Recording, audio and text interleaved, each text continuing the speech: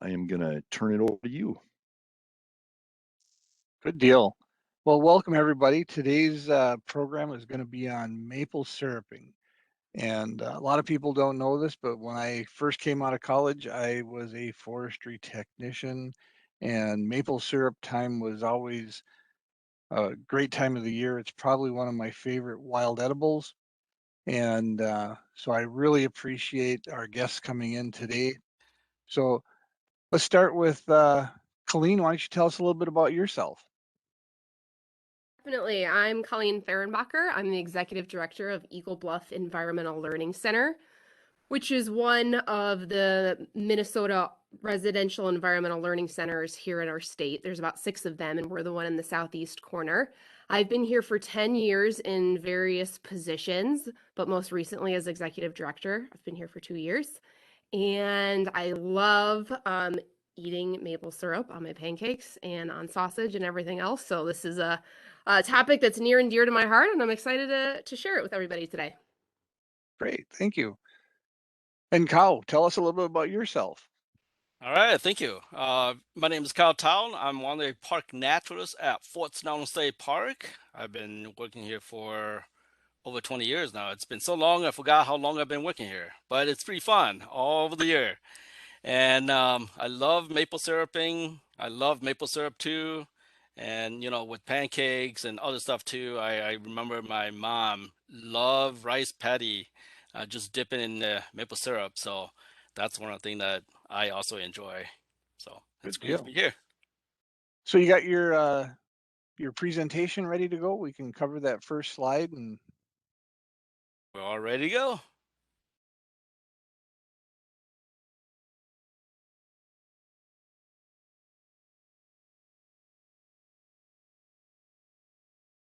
Just as a reminder too, in the chat, I did put a link in there for Eagle Bluff. Colleen has a couple of announcements from there, so I'll put a link in there for Fort Snelling also. So everybody listening wants to click on a live link, use the chat function for that. good deal. So for most of you that have been tuning in every Wednesday with us, this is old hat, but this is a weekly series where you can tune in and learn some new stuff, find out information about a variety of topics, and ask DNR staff and guests your questions in the Q&A function. It's every Wednesday from noon to 1, usually 45 minutes to an hour long. And our goal is for you to learn about hunting, fishing, outdoor recreation opportunities across the state of Minnesota. Share how the DNR manages the state's wildlands and wildlife, and give tips to you on how we can be better stewards of our shared natural resources. So today, the 16th, we're going to be covering the maple syrup, and the 23rd will be archery basics with the BOW program, Becoming Outdoor Woman program.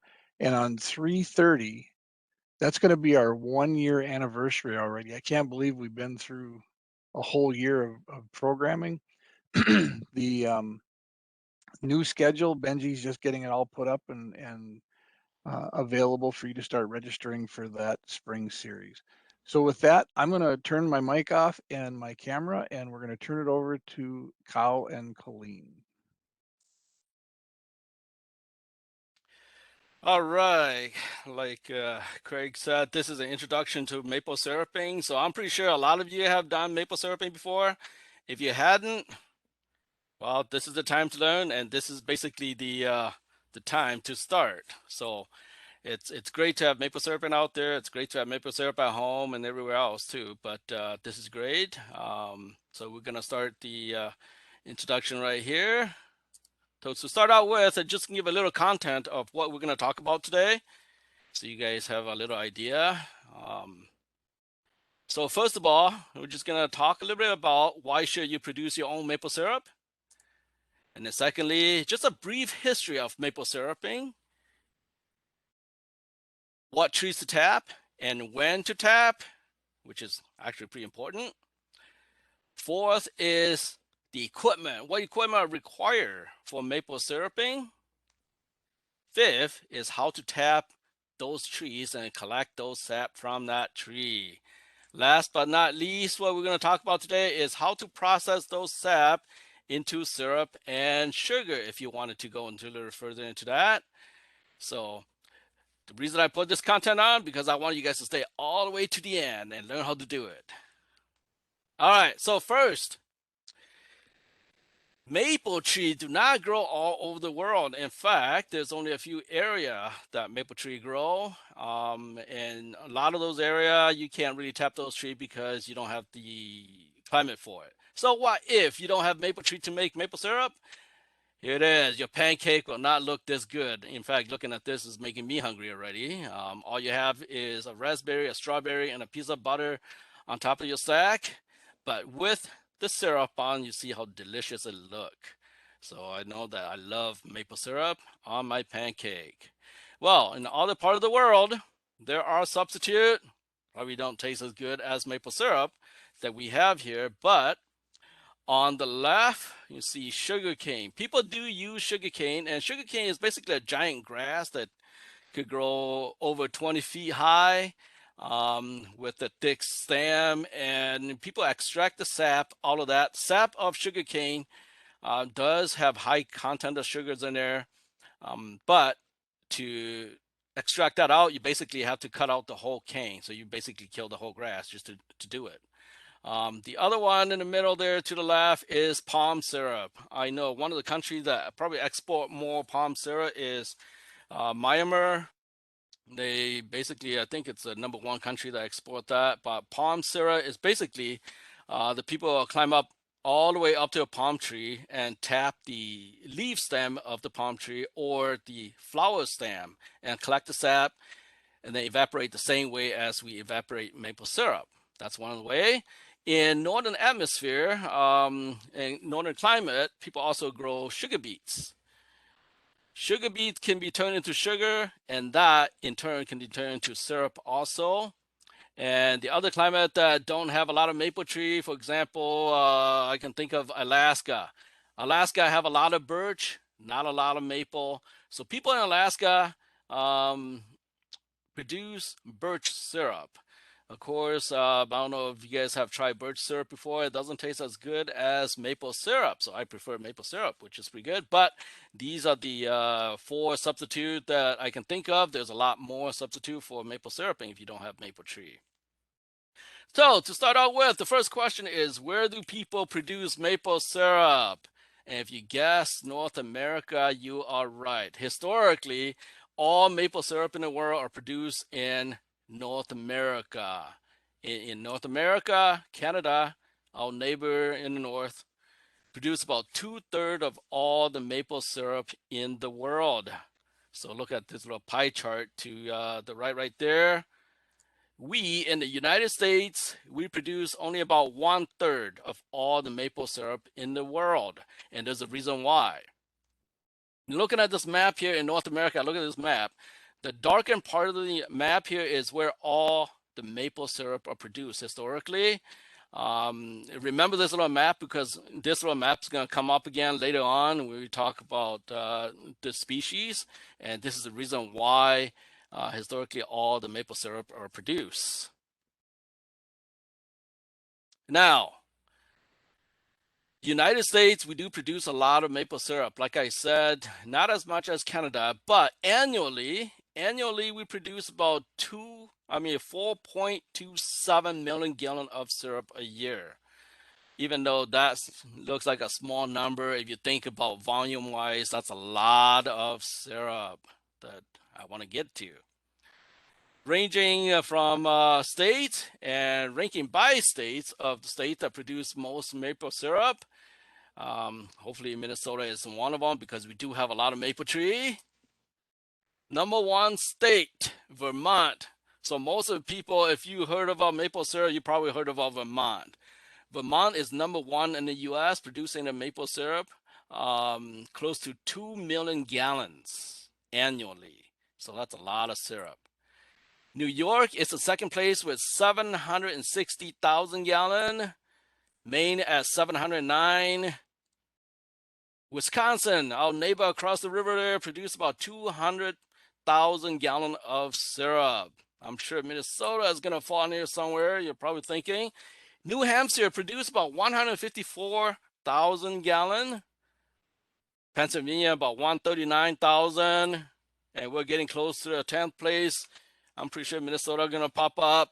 Michigan about 110,000 gallon. Massachusetts about 84,000.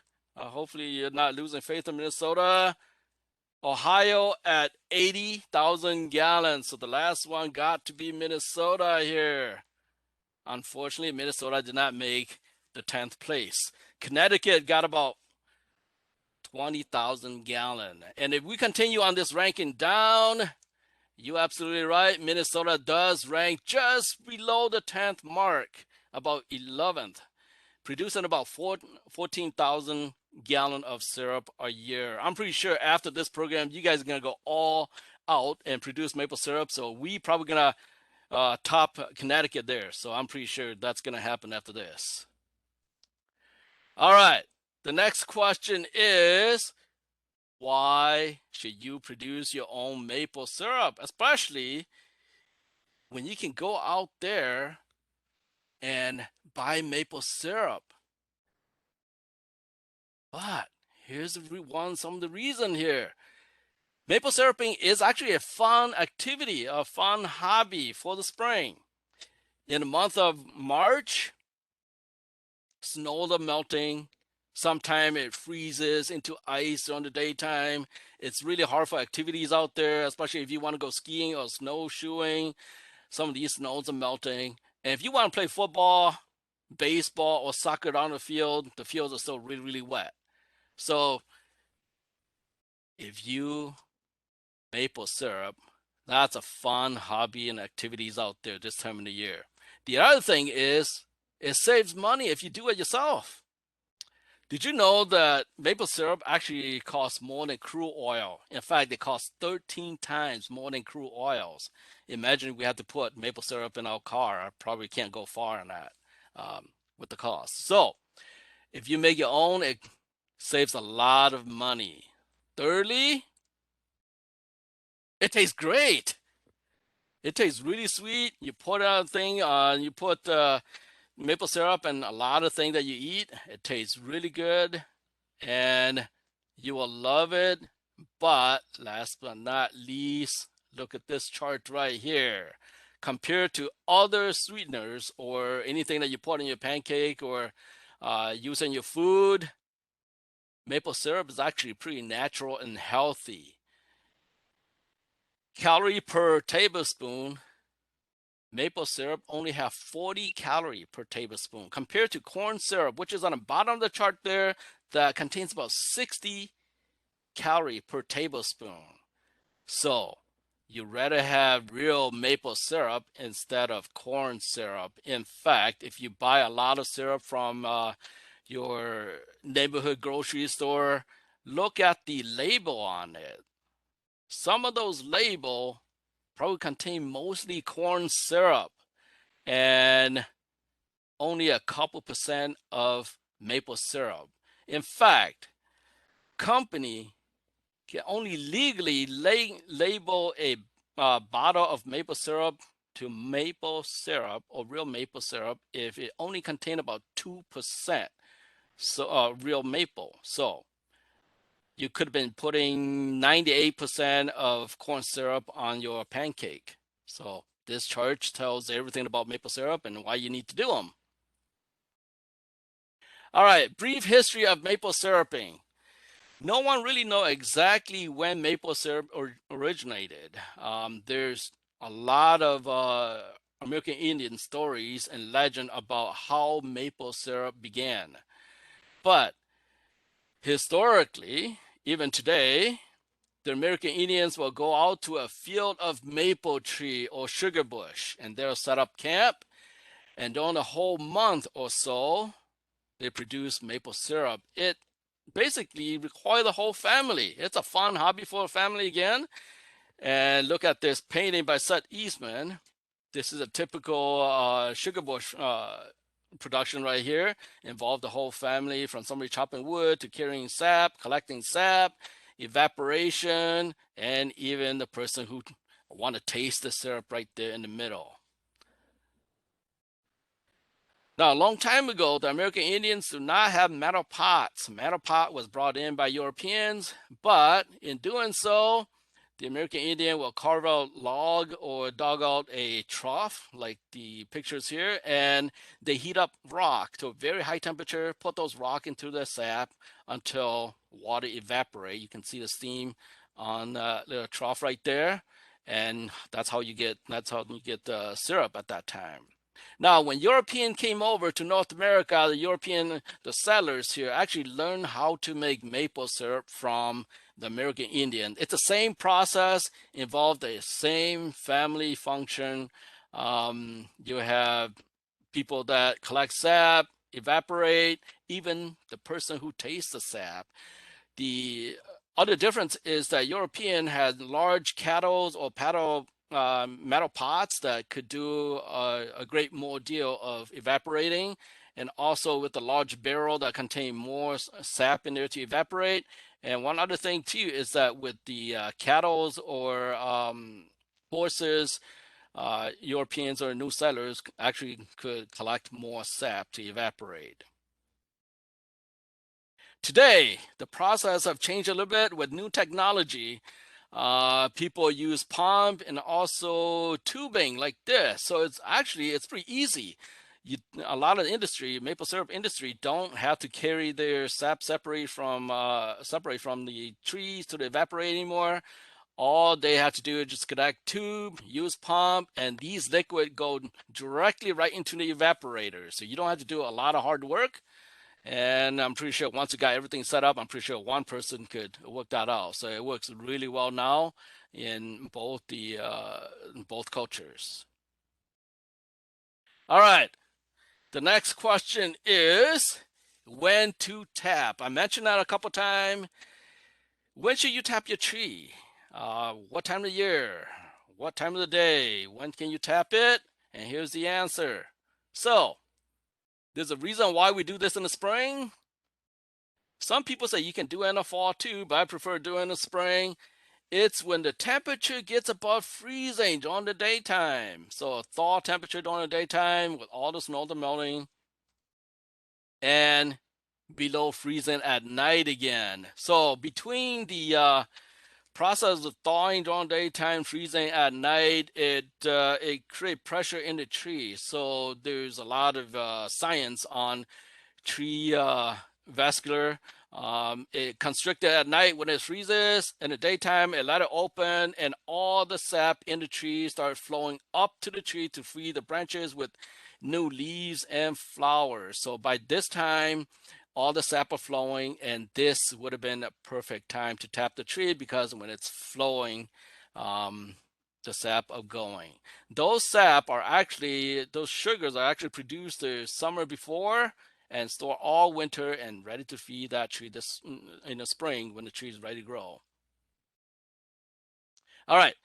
What if you don't have a calendar? You lost your calendar down the road somewhere and you forgot that what month it is. Well, if you got what month it is, look to nature or listen to nature signal. There's a lot of nature signal down there. In fact, I heard a couple this morning. I saw a couple this morning already. You can see the one on the picture on the left is a male cardinal. The picture on the bottom, that little bird down there, is a male black-capped chickadees. And I'm pretty sure some of you guys heard this already.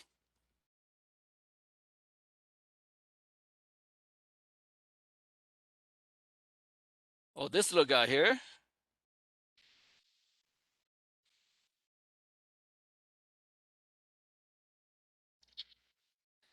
And these are the male who are basically trying to find a territory for nesting in the spring. So they start singing earlier in the spring when they know that the daylight is getting longer. The other indication is the geese are flying back.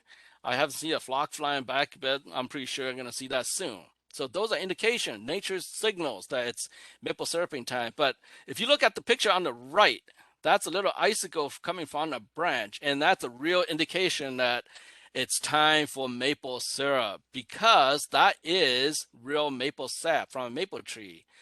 During some time in the winter, maple branch broke off, and in the spring, the sap started to flow. during the daytime, it's flowing. At night, it refreezes again. I call that little icicle a sepsicle. So when you start seeing sepsicle, it's time to get those bucket out.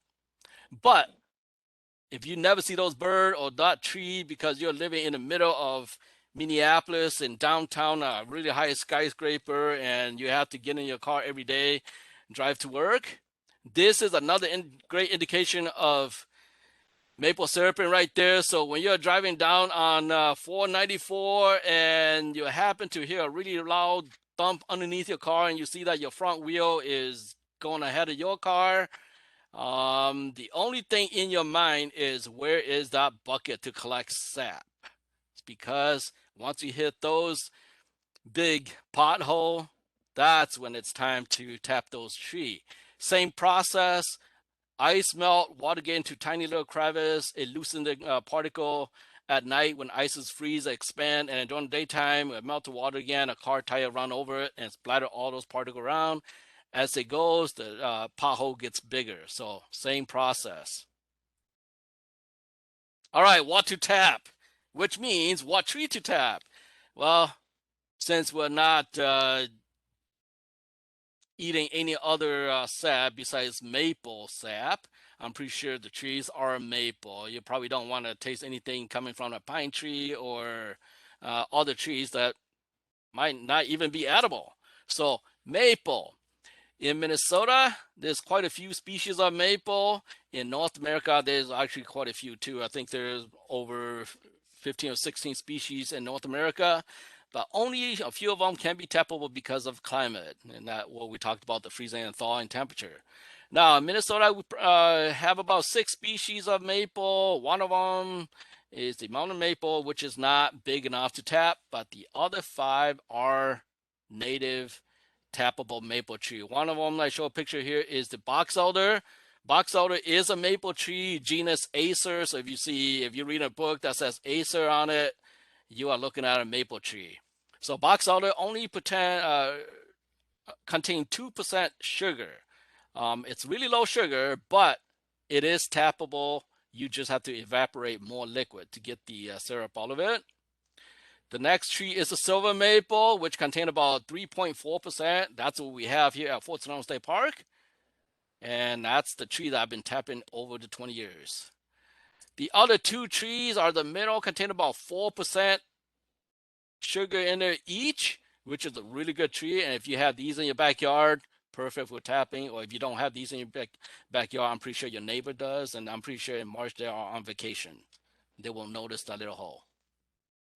The best tree is the sugar maple, about 4.5%, which is the best tree to tap. And I know they grow really well in Minnesota too, especially in the upland.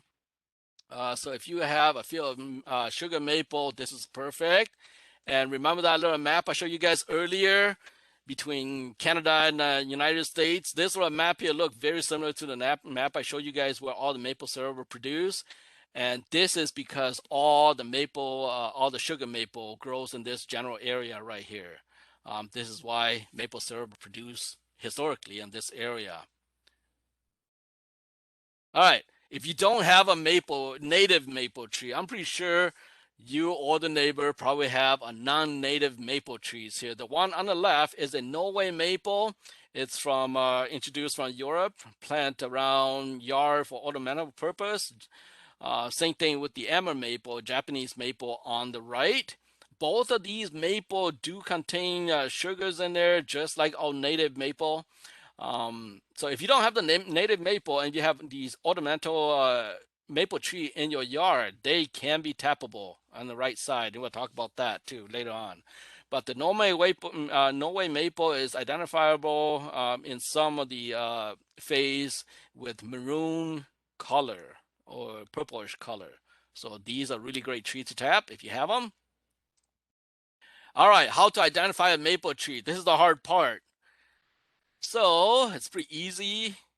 All you have to do is look at the nice maple leaf on the tree. They do turn really nice red, yellow, orange colors on there.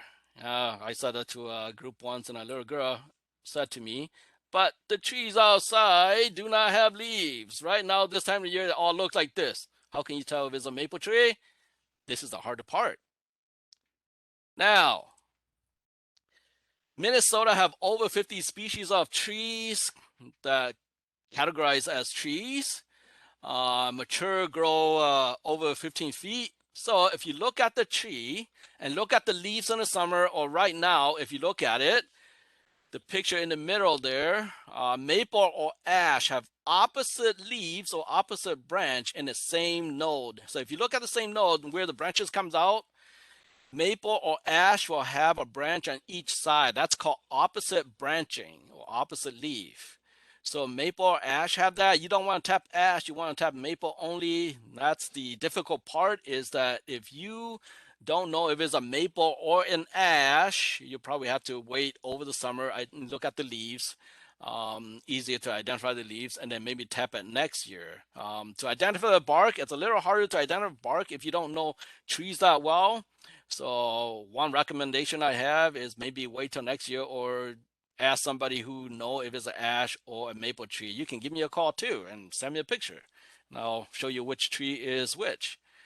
Now, the other tree have alternate branch. You can see that there's a stem there with one branch and one node, and then the other branch, it's up a little, has only one branch, and then so on. So it alternates, so not at the same node that has two branches. All right. If you're looking outside, like I said, there's different type of tree that look very similar. It's hard to tell. Get close to the tree, get to know that tree well by looking at the opposite branch. So these two trees, the one on the left is a Kentucky coffee tree. The one on the right is a silver maple. So you can tap the one on the right, but the one on the left, and just leave it alone because you probably won't get any sap out of it.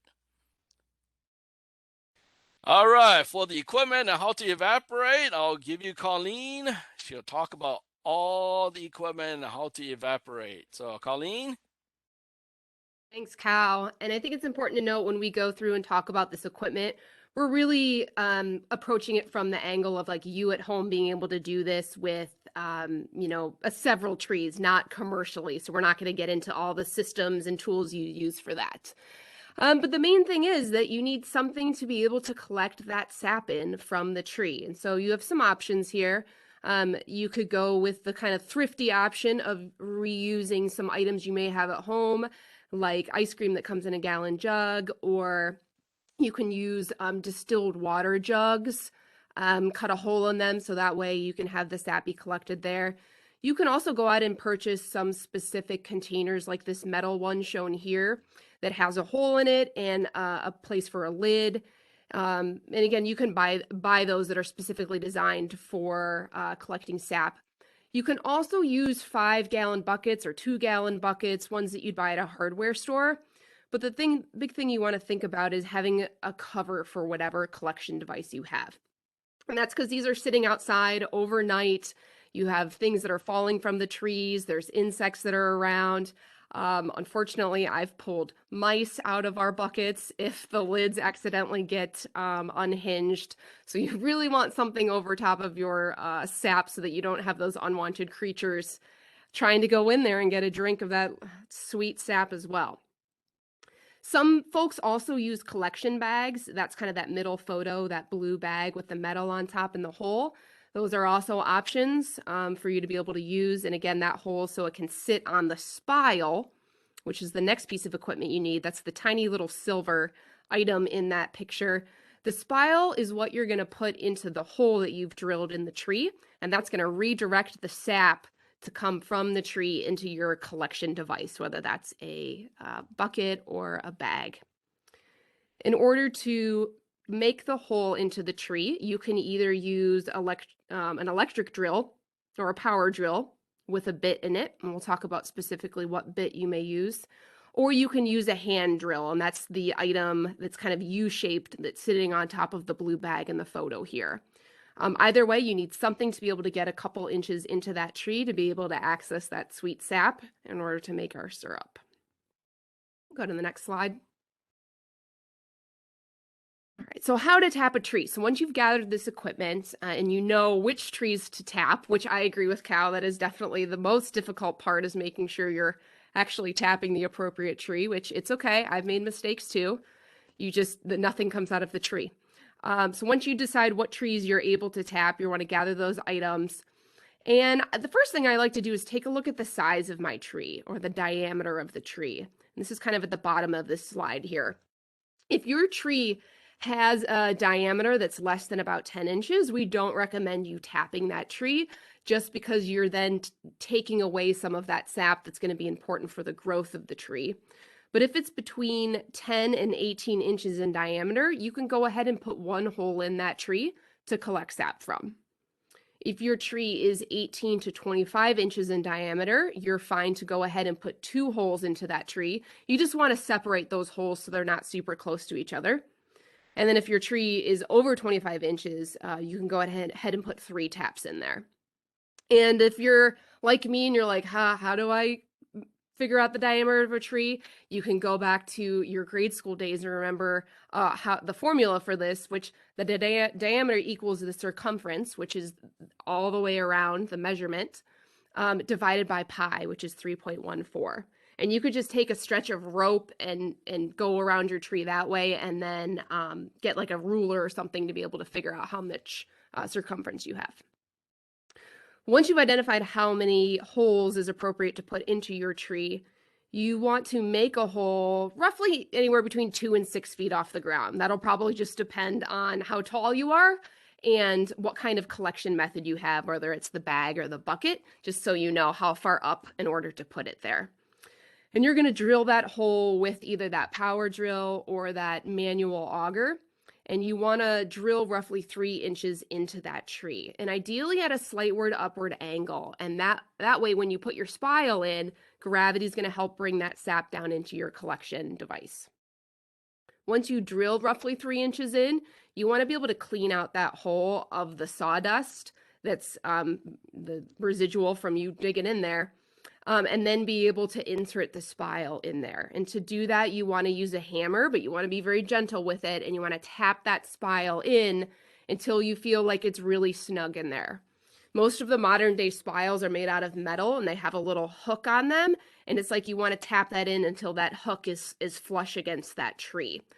And it's important that you do put that spile in there snugly, because you want your bucket or your collection device to not fall off when it gets heavy with that sap. So make sure you tap it in there really good, and that way too the sap will actually come out of the spile and not come out around the spile. You don't want to waste any of that precious sap. Next slide. Okay, so once you have again, those equipment buckets, how do you collect the sap? Well, we said you drill those holes in there, and then you hang those either buckets or bags or jugs onto that spile, or when the circumstance of this picture, they've actually taken tubing to put it into that larger 5-gallon bucket, because on a good day when the sap is flowing, that could get really heavy, and you really don't want to have those buckets fall down. But how often to collect is really dependent on the weather. So Kao mentioned sap flows when you have daytime temperatures above freezing and nighttime temperatures below freezing. And that's going to trigger that tree to be sending sap up and down because of the physics inside of there.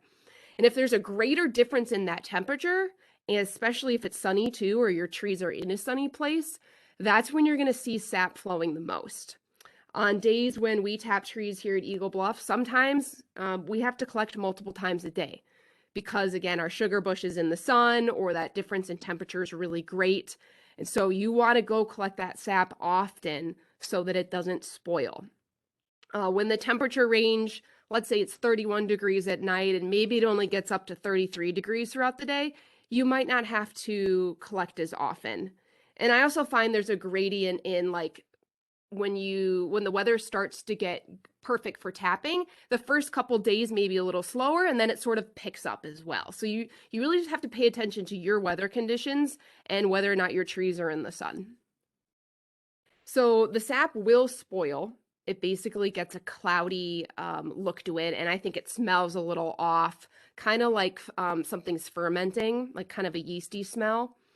And if the temperatures are warm and if the sun is out, again, you want to be careful and you want to collect that sap and put it somewhere cold.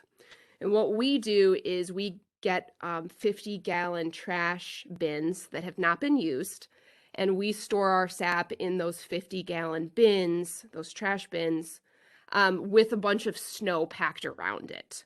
And we purposely stack that snow up as high as we can to then insulate or keep cold the sap that's inside there so it won't spoil. If you're lucky enough to have an extra refrigerator or somewhere else that you can store that sap, that's also another good option. If you are storing your sap in a larger bin, or even when you go to collect and you go to the bins or the buckets and you find that there's ice in there, you want to get rid of that ice because that ice just contains water. It doesn't contain any of the sugar from the sap. And so you want to do as much as you can now to get rid of that water because it's going to save you a little bit of time later when you start to evaporate. So get rid of the ice if you see it in your buckets. Next slide. So we wanted to quickly touch upon where the sap comes from. And Cal mentioned it's that action of the temperatures being above freezing and then below freezing. But if we go and take a look at the inside of a tree, which we can go to the next slide for that, there's really 5 main layers. The outer layer of a tree contains the outer bark. The second layer is the inner bark, also known as the phloem. And then you have the cambium, and then the next layer is the xylem, also known as the sapwood. And that's what we're trying to tap into when we drill that 3-inch hole into the tree. And you can see that it's quite a large layer in there. And again, that's where that sap is moving up and down, going from the roots up to the leaves to give the nutrients to those emerging leaves. So that sapwood is what we're trying to get to, with the innermost layer being the heartwood. Next slide.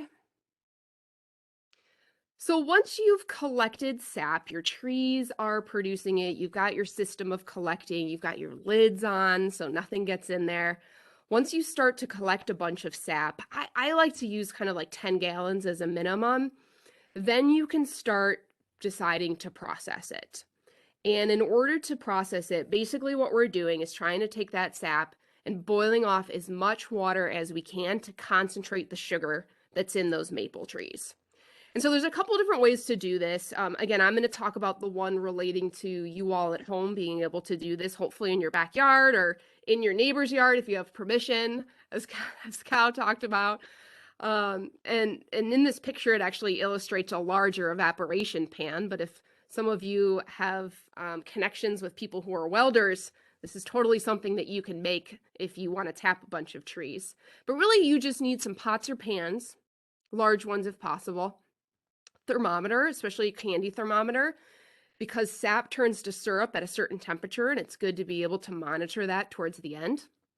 You need the sap that you've collected, cups to help pour from one bucket to another, and then you need something to filter or strain that sap, and that could be either cheesecloth or felt. And then finally, you need a storage vessel to put your finished syrup in, and lots of people like to use different sizes of cans or jars.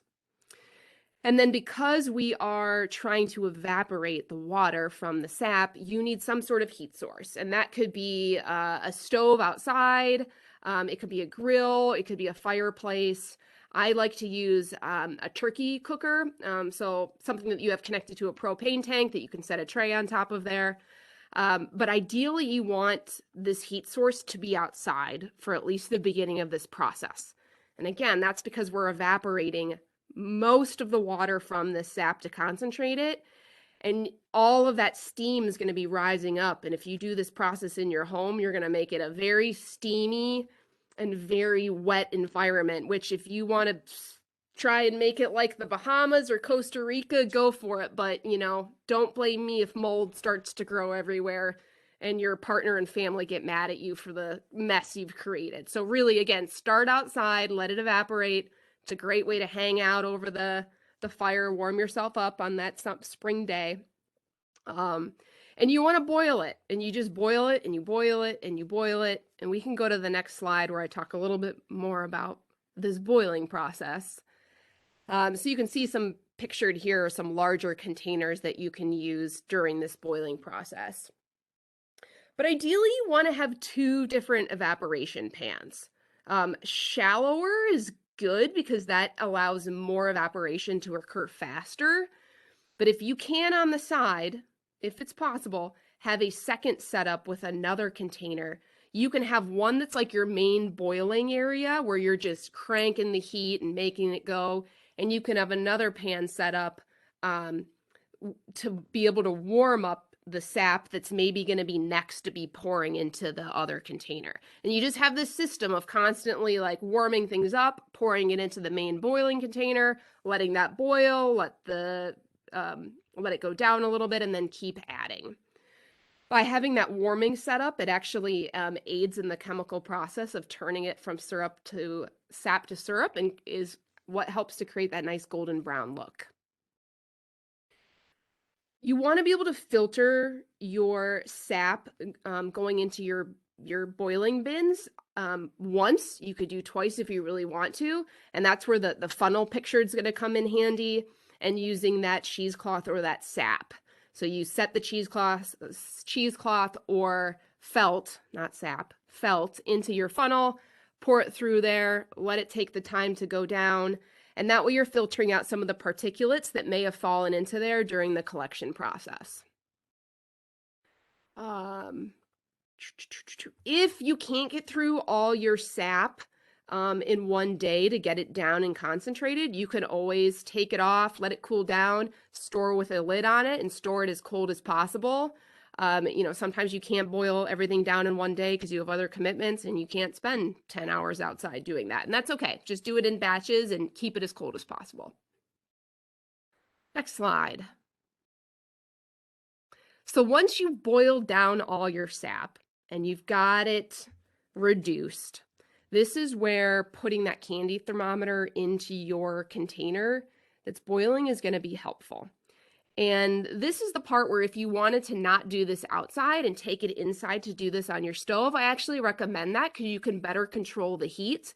And it's a little bit more comfortable to be able to monitor this, because once it starts getting close to 219 degrees, which that's our magical temperature at which sap becomes syrup, you want to monitor it pretty carefully because it happens like this. So put that candy thermometer in, monitor it. When it gets to be like 216, 217, you're going to want to be there and just watch it. Once it turns to 219, you're going to see an immediate change. Things start to bubble up. Sometimes it goes up the edge, up to the top of the bin, depending on the size you have. It's going to get very frothy. It's going to look thicker, and it's going to have that golden color that you're looking for, maybe even a darker color, depending on the concentration of the sugars. So once you reach that point, go ahead and turn down your heat. This is if you want to go further than that, you could stop at 219 and be done. And you could go ahead and bottle it right then.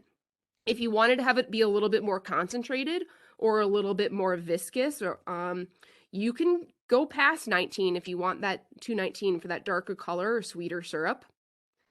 If you wanted to make maple candy or sugar, you would keep going at this point. You would keep boiling that down until it got really reduced and would actually turn into sugar, which is like brown sugar. That's what it looks like, but it's maple sugar. And actually a really fun thing to do in winter, if you boil it past 219 for a little bit, I don't know the exact number, maybe Kao knows, is you can make something called jack wax, which is where you take the concentrated syrup outside and you pour it on the snow. Use clean snow, not the yellow snow. You can pour it on there and then peel it up when it cools, and it's like this really sweet, awesome candy. And this is something that a lot of people have done over hundreds of years. I think Laura Ingalls Wilder talks about making jack wax in her stories. But let's go back to that. We hit that 219. We're done. We're ready to go. You turn off that heat, and the next thing you want to do is pour it into the jars. But keep in mind, if you're pouring some really hot liquid into jars, you don't want your jars to be cold. So make sure they're either room temperature, or ideally you can actually fill them with some hot water ahead of time to warm them up. And you want to strain that syrup one more time before putting it into those jars. So again, use that filter and use that cheesecloth or felt. And this could take a while, and sometimes you have to take the felt out and you got to rinse it out because it's going to get clogged. And you'll notice because it'll be really slow to drip down into those jars, or you may just want to switch out different pieces of felt. But fill up those jars as much as you want to, and then I like to turn them upside down so they seal properly, and then they can cool. And I also highly recommend eating some of the syrup while it's really hot and right out of there, because it's the most delicious thing I think I've ever tasted. It's so good.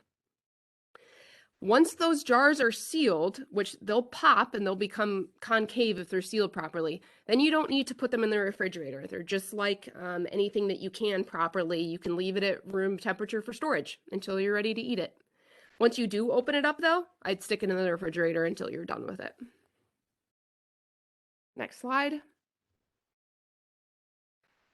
So that's the maple syruping process, and at some point your trees are going to stop producing sap. And so the last question is kind of, when does that end? And we don't have a definitive answer for you. It's really whenever those temperatures start to stop being below freezing and above freezing. When they're above freezing, your sap is going to slow down, and eventually it's going to turn cloudy, and it's not going to be good for you to collect anymore. So you really just need to monitor the weather and decide what is appropriate for where you are. Kao talked about using those nature cues in order to figure out when you could start tapping trees. The same thing is true of when maple syruping season might be over.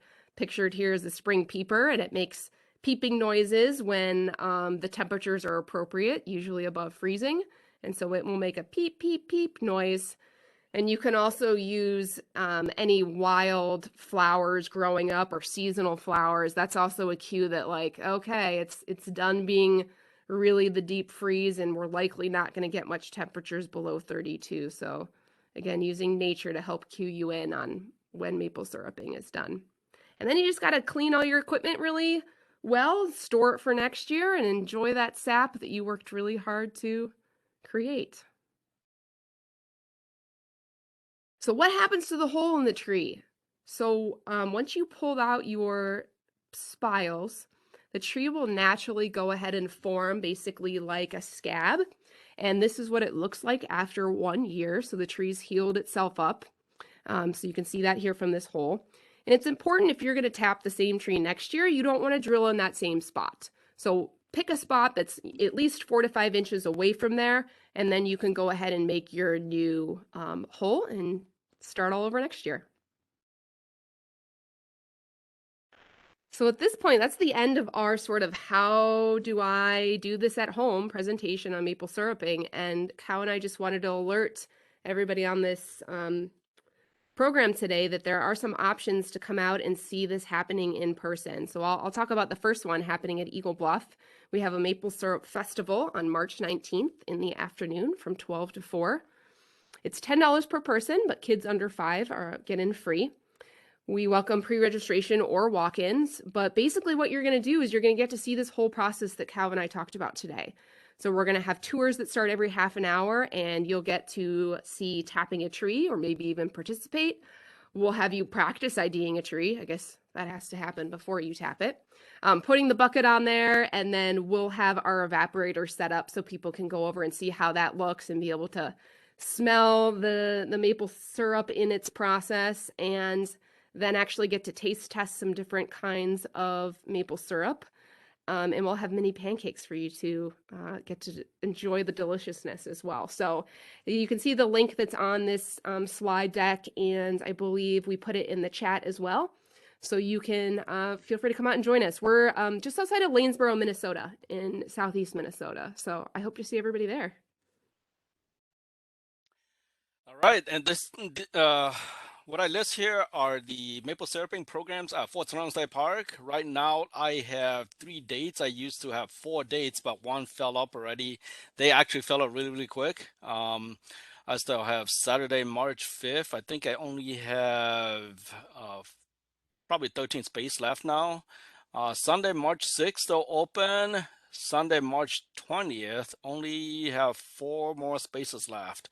So if you guys want to come out, the programs are free. If you have a state park vehicle already, come right in there. It's free. Just registered with me and come out. I'll show you guys the whole process. We're going to be outside teaching you how to tap a tree, identify a tree, and evaporate. So come out to Fort Snelling State Park. And on the bottom right there, that's the website for the DNR State Park events. If you look on that, check that. You'll see all the programs there, how to register for it, not just maple syrup only, but other state park around the state too. So check on that.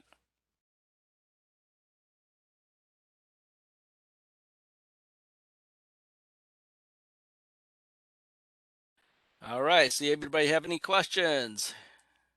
We have lots of questions. So if you want to shut down your PowerPoint, and that way when you guys answer, you're going to have a nice big screen so the people get to see you. The first question that I saw come in was the rankings that you had on the number of gallons of syrup produced. Was that commercial and private? No, that's only commercial and not ranking on state. That's a couple years ago. So right now the number might be a little higher. In fact, maybe right now Minnesota might be higher than Connecticut. You never know. So And this was another one on your presentation part, Kao.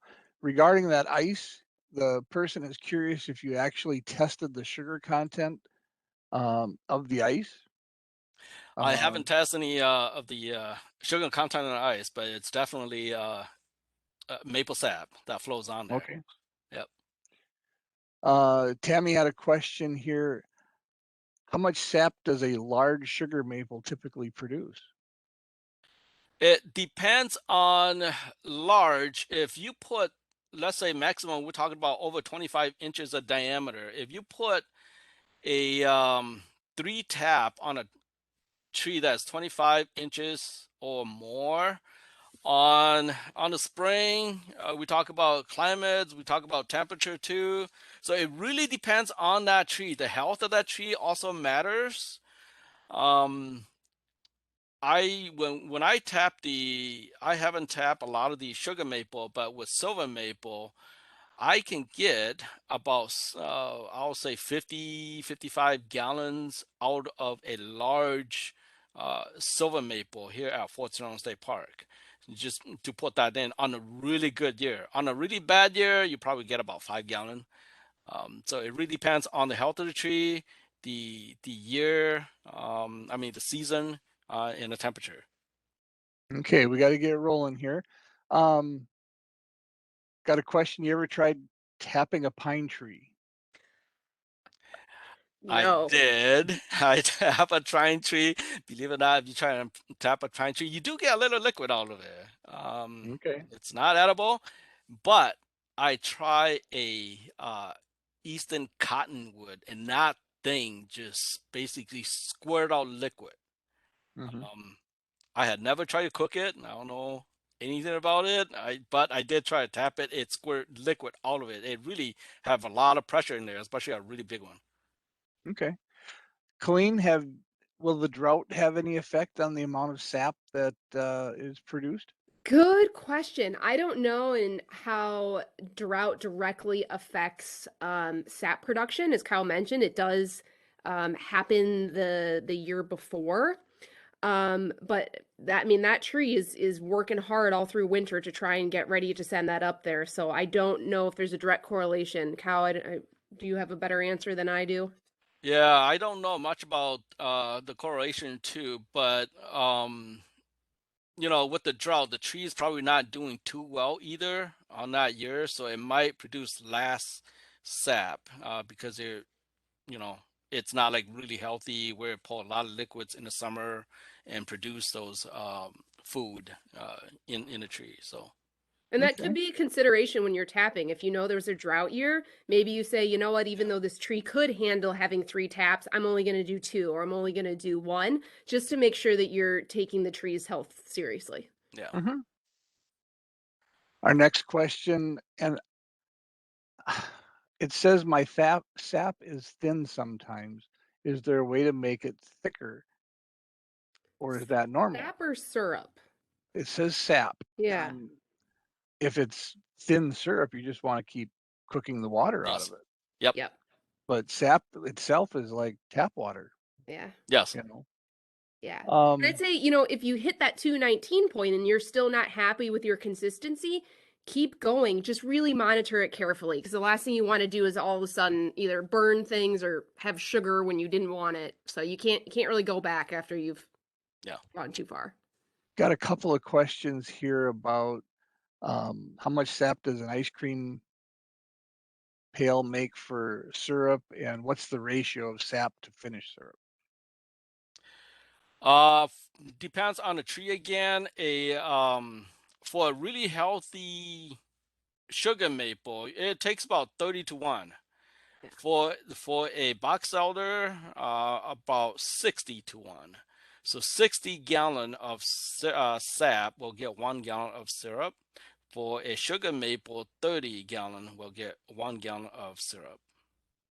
Wow. So Are there any other parks that do maple syruping demonstrations? yeah, I know that Whitewater does up by Tattagouche. They do maple syruping too. Right now, a lot of the schedule are not on the DNR website, but check the DNR State Park event calendar.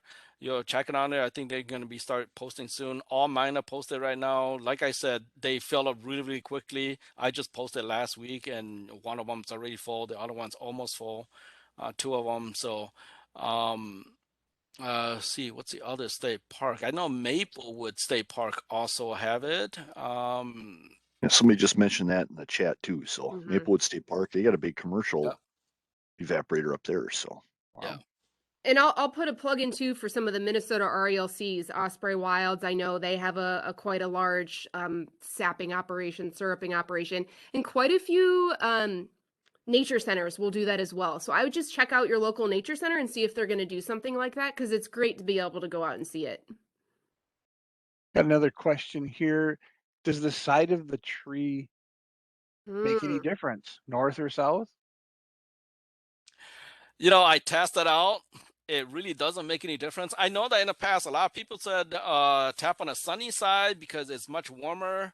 You get more sap out of it. It really doesn't make any difference when I tested for a couple years. Okay, Once that tree heats up, it seems like it's flowing in either side. good. So So when you filter twice, once from the sap into the boiler and once when transferring into bottles, or do you filter the sap as you're putting it into the cooker twice? Really, you can't go wrong with. I mean, I wouldn't over filter. I do 2 or 3 times, but definitely before you put it into the jars. And I would filter once you have it from your whatever your larger storage vessel is, before you go to put it in the evaporator. yeah, you basically will filter the first time before you put in an evaporator, like Colleen said, because there might be stuff in there that you don't want in your boiling in your syrup. And then once you're done and you want to store it into or can it into a jar, you have to filter it because the byproduct of evaporating sap actually produce tiny little sand grain, and that's basically very hard, just like sand. And it basically looked like sand. It tastes like sand. So you probably don't want sand in your pancake. So you have to really filter that. That's why you want to use a really fine strainer or filter, like cheesecloth or felt. Oh, you're awesome. You just answered Emily's question. So nice job. And you mentioned sealing the syrup jars by turning them upside down. How long do you leave them upside down before the lids will pop? I mean, they pop pretty quick, but I usually leave them a couple hours just so they cool down too, and you don't burn yourself. So if they don't pop, can you put them in a hot water bath and heat them back up? I don't think so. Okay. I Yeah, if usually they just don't. Okay, we're at 1 o'clock, guys. We have used yeah. Okay. our whole allotted time. Yeah. Guys, if you got more questions, reach out to Colleen and Kao, and it was really a pleasure having you guys on today. Thank you so much. You did an awesome job. Oh, it's pretty great, fun. great job. Yeah, it's a Yeah, sweet it's pretty fun. topic, so can't Yep. complain. Yeah, just email or call us if you have any question. Benji, if you can take us back to the green room. Everyone, thanks for tuning in. Thank you.